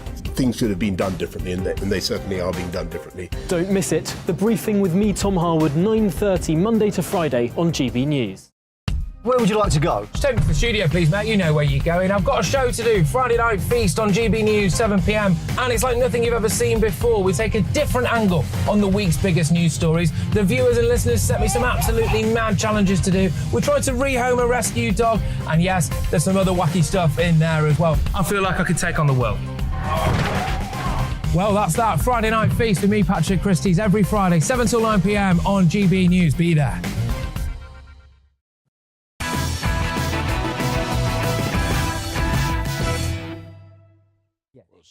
Welcome back. Former favourite Penny Mordaunt's leadership campaign is faltering after her claims that she's never supported gender self-identification came under fresh scrutiny. Leaked government documents suggested the ex-Equalities Minister previously backed watering down the legal process for transitioning by removing at least one of the medical requirements. Mordaunt yesterday hit back at the, quote, toxic smears being deployed against her. Do you think trans people should have to get a diagnosis of gender dysphoria before they can legally change their gender? Yes, and if you look at the article in the Sunday Times today, that is stated very clearly in that document. This has been rebutted many times, and I have to say, we all know what's going on. And as I say, this is the type of toxic politics that people want to get away from. There's a number of smears going on in the papers. That's not representative of how my party operates. But the news did get worse for her this morning as the Daily Mail front page condemned her dodgy judgment after she met with a controversial Muslim group while she was a minister. Mordaunt had FaceTime with the Muslim Council of Britain leader Zahra Mohammed, despite the group being the subject of a government boycott since 2009 after its Deputy Secretary General was accused of condoning attacks on British troops. Spectator columnist and top author Lionel Shriver joins me now. So, Lionel, it's been a bit of a disastrous weekend for Penny Mordaunt. This time last week, we were talking about her as a potential Prime Minister. Do you feel like her campaign is now in tatters? I would love that to be the case. I mean, if that's bad news for Penny, then it's good news for us. Why do you think that? Of the lot, probably the worst possible choice for PM. And why do you think that? Well, just in general, I think that the Tories have made the same mistake that the Democratic Party has made in the U.S., where I am right now, moving far to the left and away from their natural constituency. And Penny is emblematic of that shift. I mean, she can try to backtrack if she wants, but she wrote a book. And I should know, books are forever, and that's the problem. People can go look at them and quote you, and they're not subject to revision once they've been published. And she uses all the woke lingo, like white privilege and obsession with colonialism and microaggressions. And the whole purpose of that kind of language is tribal signaling. It's like, I'm one of you. Well, that doesn't mean I'm one of the conservatives. This is signaling to the wrong camp. And I just think she is, if she's not, woke up the bum, then she's just somebody who blows in the wind. And therefore, at that time, it seemed convenient to her to seem to be sympathetic with that kind of so-called progressive perspective. And now it isn't. So now she has to cloak herself differently. What you're left with is a sense that she doesn't believe anything in particular. And it feels like... One slightly cheerful thing about this whole tempest in a teacup is that she's been directly quoted over and over again as saying, trans women are women and trans men are men, and that, she's on the record on that one. And the truth of the matter is that you decode that, it means men are women and women are men. And what's cheerful about this is that, only 3 or 4 years ago, you absolutely couldn't say what I just said on TV, without someone knocking at your door. And I think that's changed. And I think the whole discussion around transgenderism is now allowing for a little bit of discussion. And that's why she's suffering. Whereas back when she mouthed this so-called truism, there was no risk to it. It was orthodoxy. It was the only thing you could say. Yeah, if you wanted to be woke, exactly. And now the fight back for common sense has begun. I think that's really good analysis of the collapse of Mordaunt's campaign. Of course, Lionel, real developments tonight, though, in terms of whether it will be, if it's not Mordaunt, it's not looking like it will be, if it will be Liz Truss or Badenoch on the right of the party taking on Sunak. Do you have a preference when it comes to those two candidates?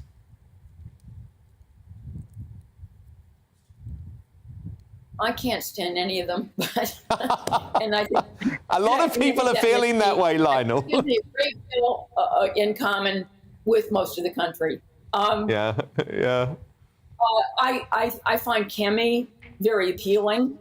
I share the view of many that she is perhaps underprepared and doesn't have quite enough experience, but I like her general attitude. She's one of the only candidates who has been forceful about wanting to take a stand against woke politics and seems to appreciate the importance of the culture wars.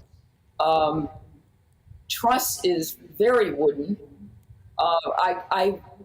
In her defense, I think it's very important that she has taken a stand on the Northern Irish Protocol and would wildly revise it so that Northern Ireland is suddenly again a member of good standing of the United Kingdom. So I like that about her.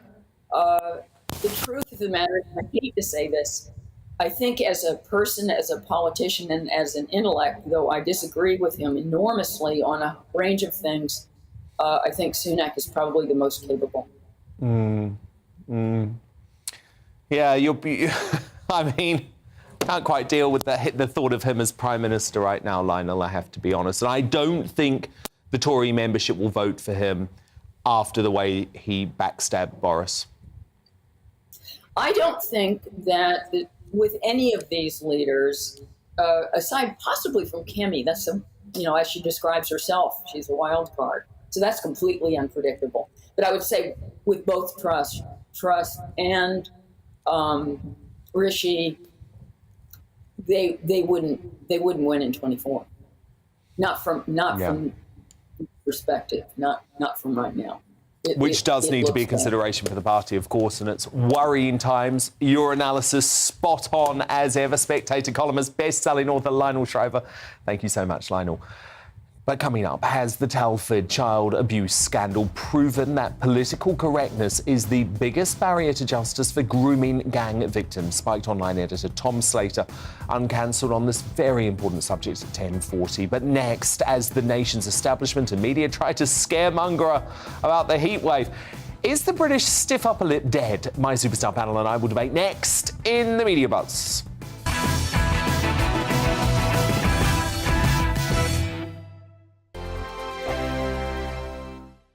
We are GB News. We're right across this great nation. On TV. On radio. On digital. Absolutely everywhere. We don't talk down to you. We embrace all voices with honest and civilised conversation.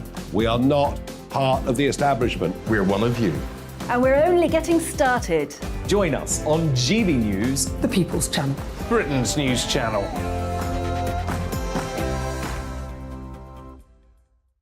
Hi there, it's Stephen and Anne. At breakfast from 6 a.m, you'll always be caught up with everything you need to know, the latest headlines, opinions and debates. We'll bring you the good news and the bad, but most of all, we're here for you. Remember, send in your views and let us know what you would like us to talk about. That's because we're your news channel. And every morning at 6 a.m, it's breakfast on GB News. My name's Tom Harwood and join me 9:30 a.m. every weekday for The Briefing, your one-stop shop for everything you need to know about what's going on in politics today. I wonder if this is a deal that might need to be like the biscuits in this factory, twice baked. Is there not an opportunity here to win out against the extremes? Tom Harwood, GB News. What are you going to do about it? Things should have been done differently, and they certainly are being done differently. Don't miss it. The Briefing with me, Tom Harwood, 9:30 Monday to Friday on GB News. Where would you like to go? Just take me to the studio, please, Matt. You know where you're going. I've got a show to do. Friday Night Feast on GB News, 7 p.m. And it's like nothing you've ever seen before. We take a different angle on the week's biggest news stories. The viewers and listeners set me some absolutely mad challenges to do. We tried to rehome a rescue dog. And yes, there's some other wacky stuff in there as well. I feel like I could take on the world. Well, that's that. Friday Night Feast with me, Patrick Christie's, every Friday, 7 till 9 p.m. on GB News. Be there.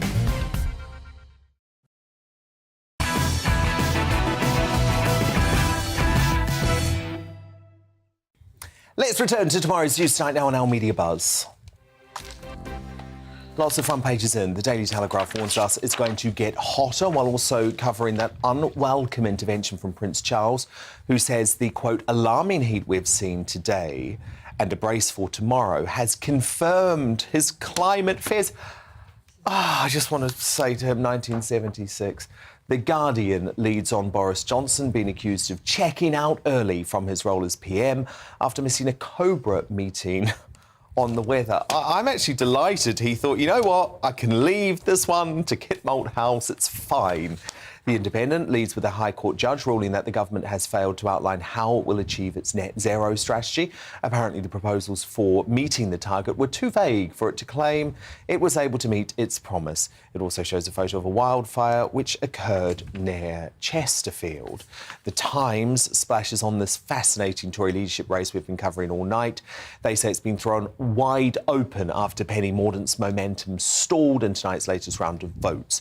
Meanwhile, it's reported millions of public sector workers will be awarded below inflation pay deals tomorrow, causing unions to threaten another wave of strike. That includes workers in the NHS, schools, police, justice system and armed forces. More on the media buzz now with tonight's superstar panel, though. The Daily Express columnist Carol Malone, star reporter at the newspaper Benjamin Butterworth and the political journalist John Sargent.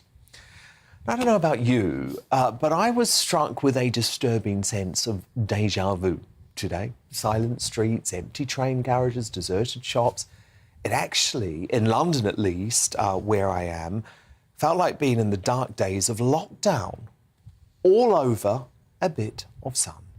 Yet the UK ground to a halt over alarmist warnings about the heat wave from the likes of, I hate even mention his name, Chris Whitty, rebranding himself now as a weather hysteric after spending the best part of 2 years terrifying us about COVID.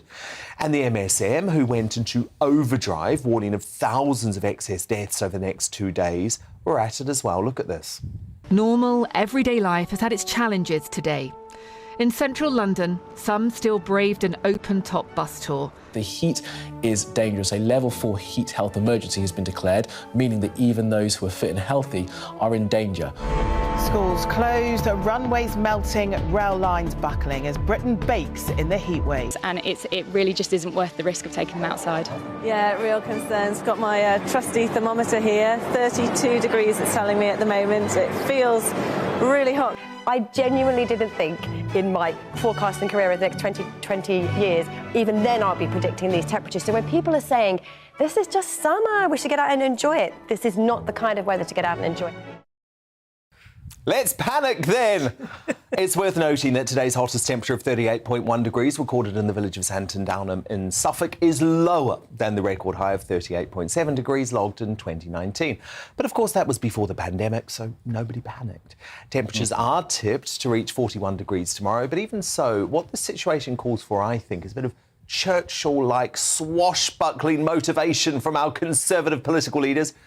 Instead, we had Cabinet Minister Kit Malthouse suggesting this week might be time to stay at home. The apparent answer to every crisis from now on. Transport providers are messaging people that they should only travel if they really need to on Monday and Tuesday, but also that services are going to be significantly affected. People just need to be on their guard for disruptions to their normal travel patterns. And if they don't have to travel, then this may be a moment to work from home. We're obviously on standby for the long-term forecast, which is showing the possibility of quite a warm summer. And in there's obviously always the possibility that this kind of short episode may repeat itself. So, just a couple of days this week, but we're always on the lookout for more in the months to come. His comments came as unions called for a legal maximum workplace temperature of 25 degrees following a motion tabled by Labour last week. I wouldn't be presenting the show, by the way, if that was the legal maximum temperature, because it's hot in here. As I wrote in my column for Mail Online earlier, all this heat wave has convinced me of is that British authorities are currently devoid of the concept of personal responsibility and empowerment, something that has to return, and fast. If people are continually told to stay at home at the slightest hint of a challenge, even if that challenge is a 40-degree day, then our work ethic and ability to run the country efficiently will be stamped out for a generation. I'm sorry, Carol, I just feel like we've lost the stiff upper lip altogether. We're now telling young and healthy people to stay at home. Why? All these people who just had on there, they make this country sound absolutely pathetic. It makes me so angry. You know, there is no justification for treating this like it's a national calamity, because it's not. You know, there is no emergency here. It's a bit hot. People all year round are travelling to countries that have these temperatures routinely. I felt like I was in Thailand today. It was very lovely walking down, by the way, a completely empty Thames. No one's passing out in Dubai at 40 degrees. But you know, what is really getting on my nerves is there are lots of government departments trying to justify their existence by issuing this deluge of safety warnings. What's the agency called? It's called the Health Security Agency. That issued one today that said, drink lots of water, but no alcohol. It also said, walk in the shade and apply sunscreen. Like we don't know that already. Seriously. I feel like I'm being treated like a 5-year-old, Benjamin. When does this nanny statism end? I mean, look, the oddity about you, and there are many... support this. Oh, God. No, God, you're going to support you sat through the whole COVID pandemic saying, actually, well, not the whole, because at the start you were fine with it, but you said actually, we don't want the government to dictate what you do. We want them to give advice and for people to make up their own minds. Well, here they are, giving advice for people to make their own decisions. I also said, stop terrifying the population, and I'm sick of us being terrified. You know, these officials are coming out and saying thousands of people will die. Thousands of people die every week, Benjamin. It is a tragedy. It happens every week. Thousands of people will not die because it's 40 degrees. Well, they will, actually, and we know that because it happened. I'm going to have my point. But you can't give out an incorrect point. It's simply not true.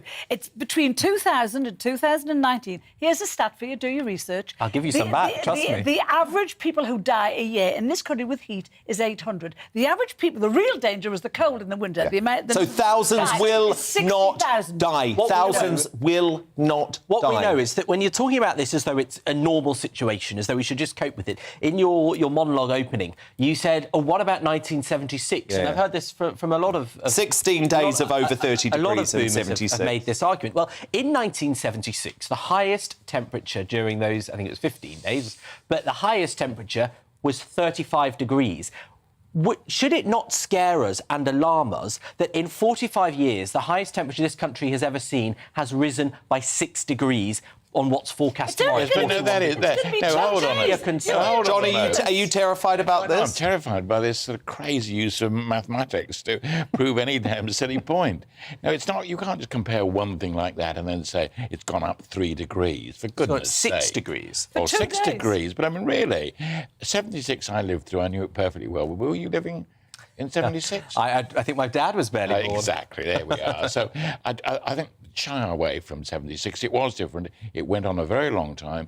It affected the farmers. It affected lots of industries that were really worried about all this. So you can't compare it with the 36 hours, what we've got. I agree amazingly with a lot of what Dan has said. Yay.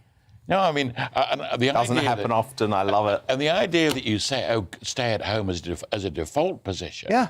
Whenever you hit anything, so keep calm and carry on. No, keep calm and stay at home. Yes, but you know, it's the work-shy generation like Benjamin, right? Who absolutely love locking themselves up in their homes whenever they had to actually get to the office to do work. When it comes to their personal life, being out to nightclubs, they're more than happy to ignore the advice. And Benjamin, what do you think about the vulnerable folk, actually, who will be put most at risk if lazy individuals like you choose to stay at home? Who's going to run the supermarkets? Who's going to do the delivery drivers for them? Who's going to open the chemists up? This is not thought through. But also, hang on. Let me answer the accusation. You know, first of all, you talked about the trades unions wanting a cap on the legal temperature in workplaces. We would be off air. We would be off air if that was introduced. The Labour proposal was 30 degrees. Now, Germany has a maximum of 26 degrees. Spain has a maximum of 27 degrees. Many US states have maximums lower than that. So tell me, would you really want to be working here if it was 30 degrees? I am. I actually am. There is no air conditioning in this damn studio. No. It is not air conditioned. I am sweltering. I've got a fan on me. So honestly, there's no legal minimum operating at Luton GB Airport News. has closed because the tarmac was melted. No, I know. Bad tarmac. Benjamin, Norton can't we have a little bit John. of sense in this, which is obviously conditions vary so much according to who you're working with, when, where and how and all the rest of it, how long it lasts.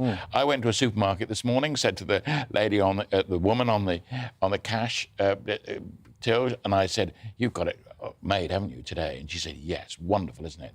Thank goodness, wait for it, I'm not at home." Yes.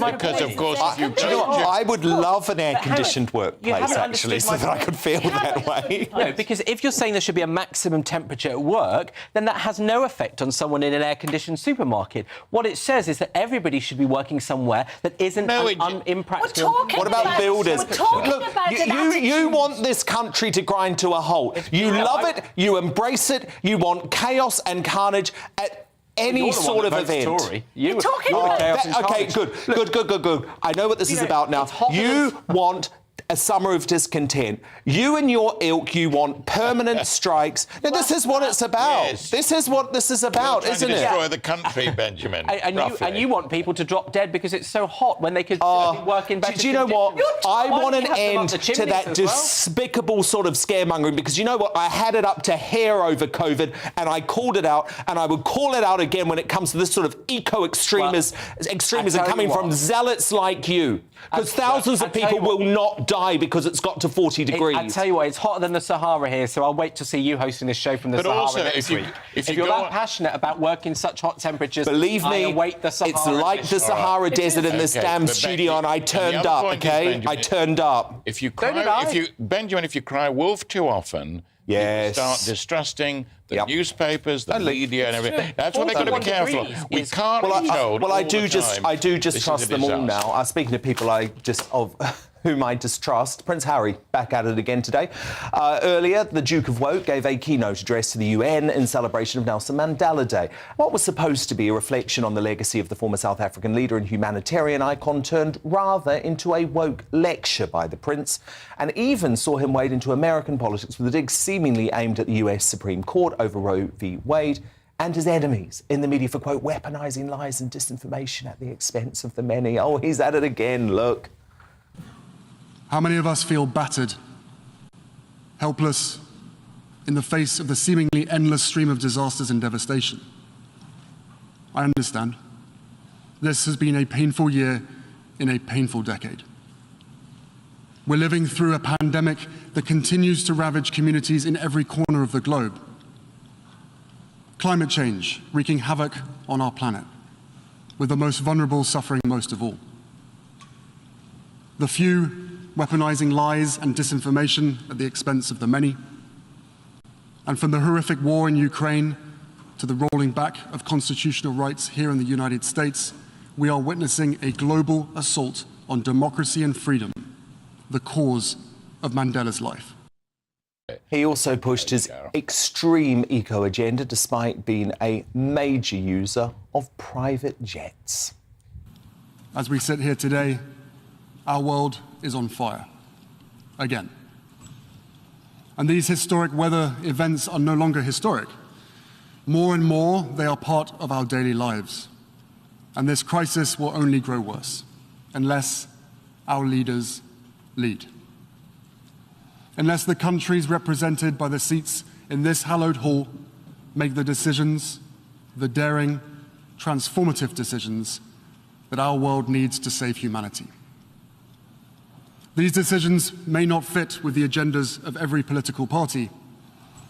They may invite resistance from powerful interests. But the right thing to do is not up for debate. And neither is the science.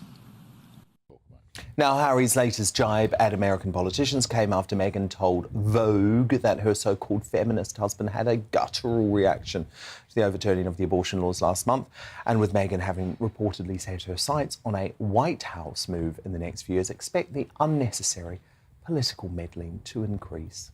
How unlucky for us.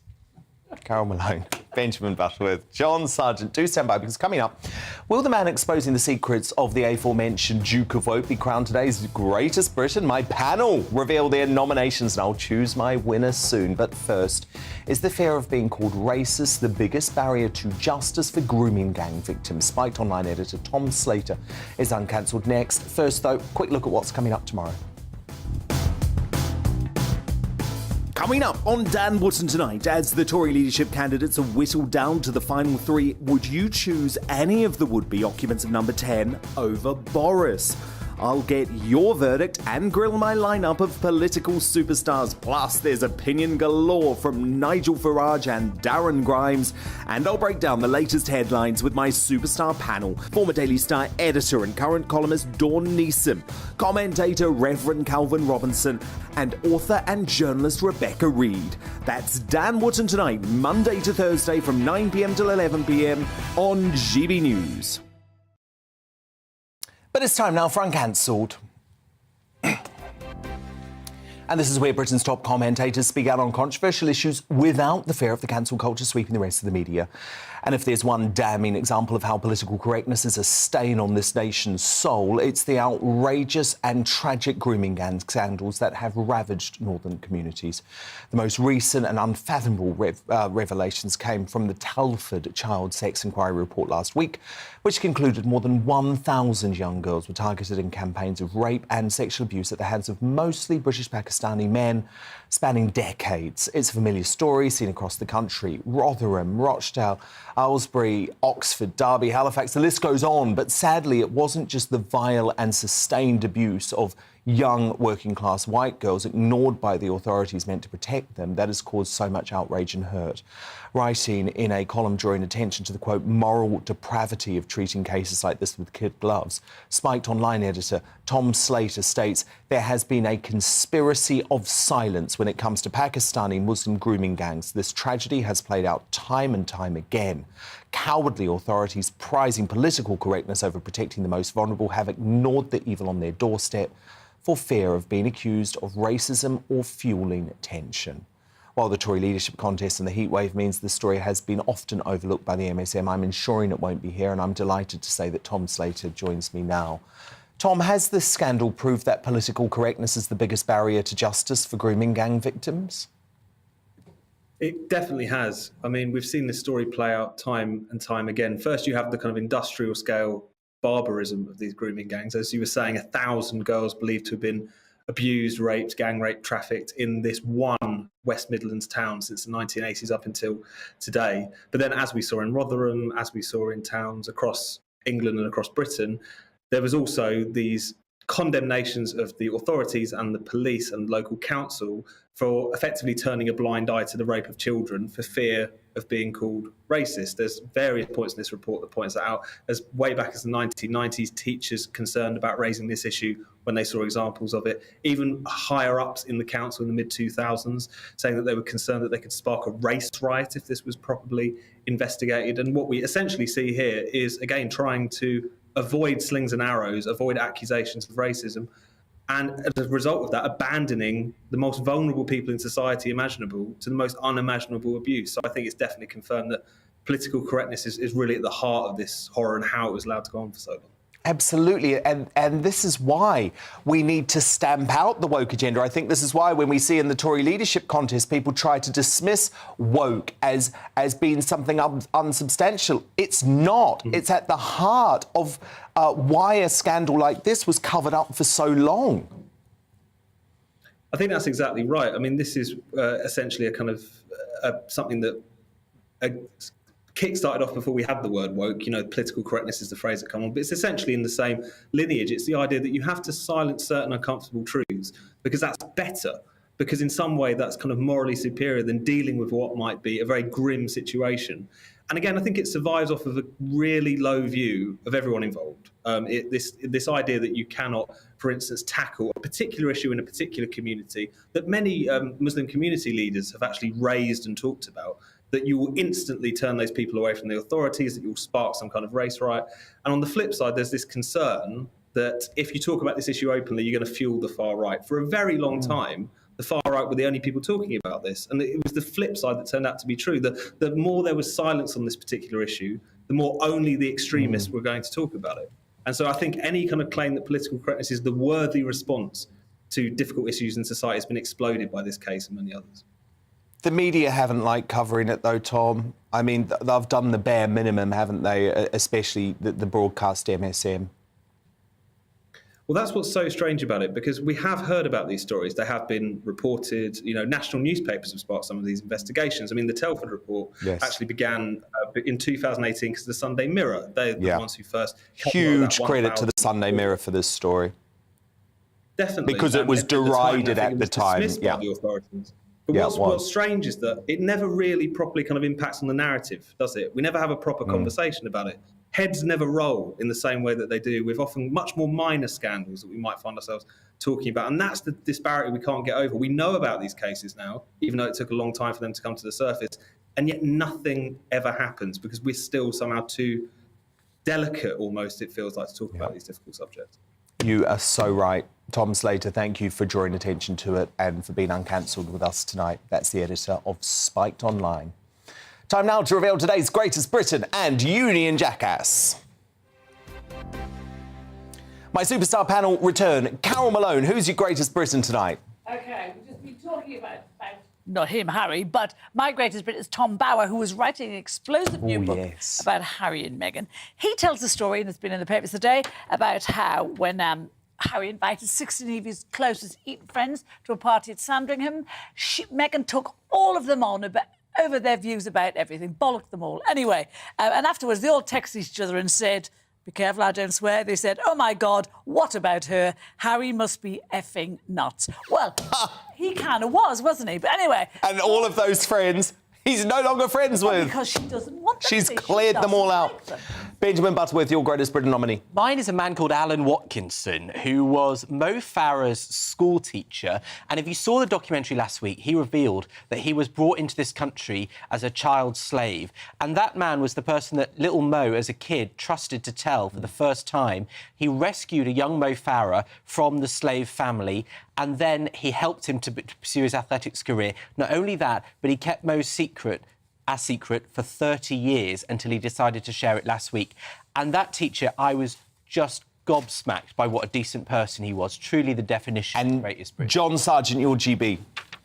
Right, Greatest Britain, after a tremendous amount of pressure and great difficulty, Rishi Sunak has not agreed to promise crazy tax cuts, which he knows can't be justified at the moment. OK. Out against all the opposition. Well, I'm going for Tom Bower, the author of Revenge. He's going to be here dropping the truth bombs about Meghan later in the week, which I can't wait for. Union Jackass time. Carol Malone, quickly, your nominee. This is the idiot bosses at Manchester University who have banned students from using the words mum and dad and brother and sister. Husband and wife are also being banned because they say they are triggering and they're not inclusive. Benjamin Butterworth, your Union Jackass. It's the buffoon Jeremy Clarkson. He tweeted, it's hot in the south of France, but there's no heatwave death warning here. He tweeted it as 14,000 people were evacuated over dangerous bushfires. And John Sargent, your nominee for Union Jackass. Penny Mordaunt for not clearing up her views on transgender women. She should do it. OK, well, it's going to be the double for Carol Malone tonight. How ridiculous of Manchester University, Carol, trying to ban this language. I just do not They're just saying understand that they're not inclusive, these words. We're letting these idiots brainwash our young people. It's great. That is what they're doing. Carol Malone, Benjamin Butterworth, John Sargent. They were a super hot superstar panel on a super hot evening. Record-breaking temperatures tomorrow night, but we will still be here. 9 p.m. See you then. Headliners next. Hello, it's Aidan McGivern here from the Met Office. It's been a very hot start to the week and it's going to get even hotter. Tuesday marks the peak of this extremely hot spell. Red warning in force because these temperatures are unprecedented, record-breaking for the UK. And we're simply not adapted to this kind of heat, both by day and by night. The hot air extending across the whole of the country, which means that overnight temperatures won't dip very far at all. Even though there'll be clear spells for many, there'll be a few showers for the northwest of Scotland, some patchy cloud elsewhere, but otherwise clear skies and temperatures in some spots holding up in the mid-20s. And if that happens, it will be the warmest night on record.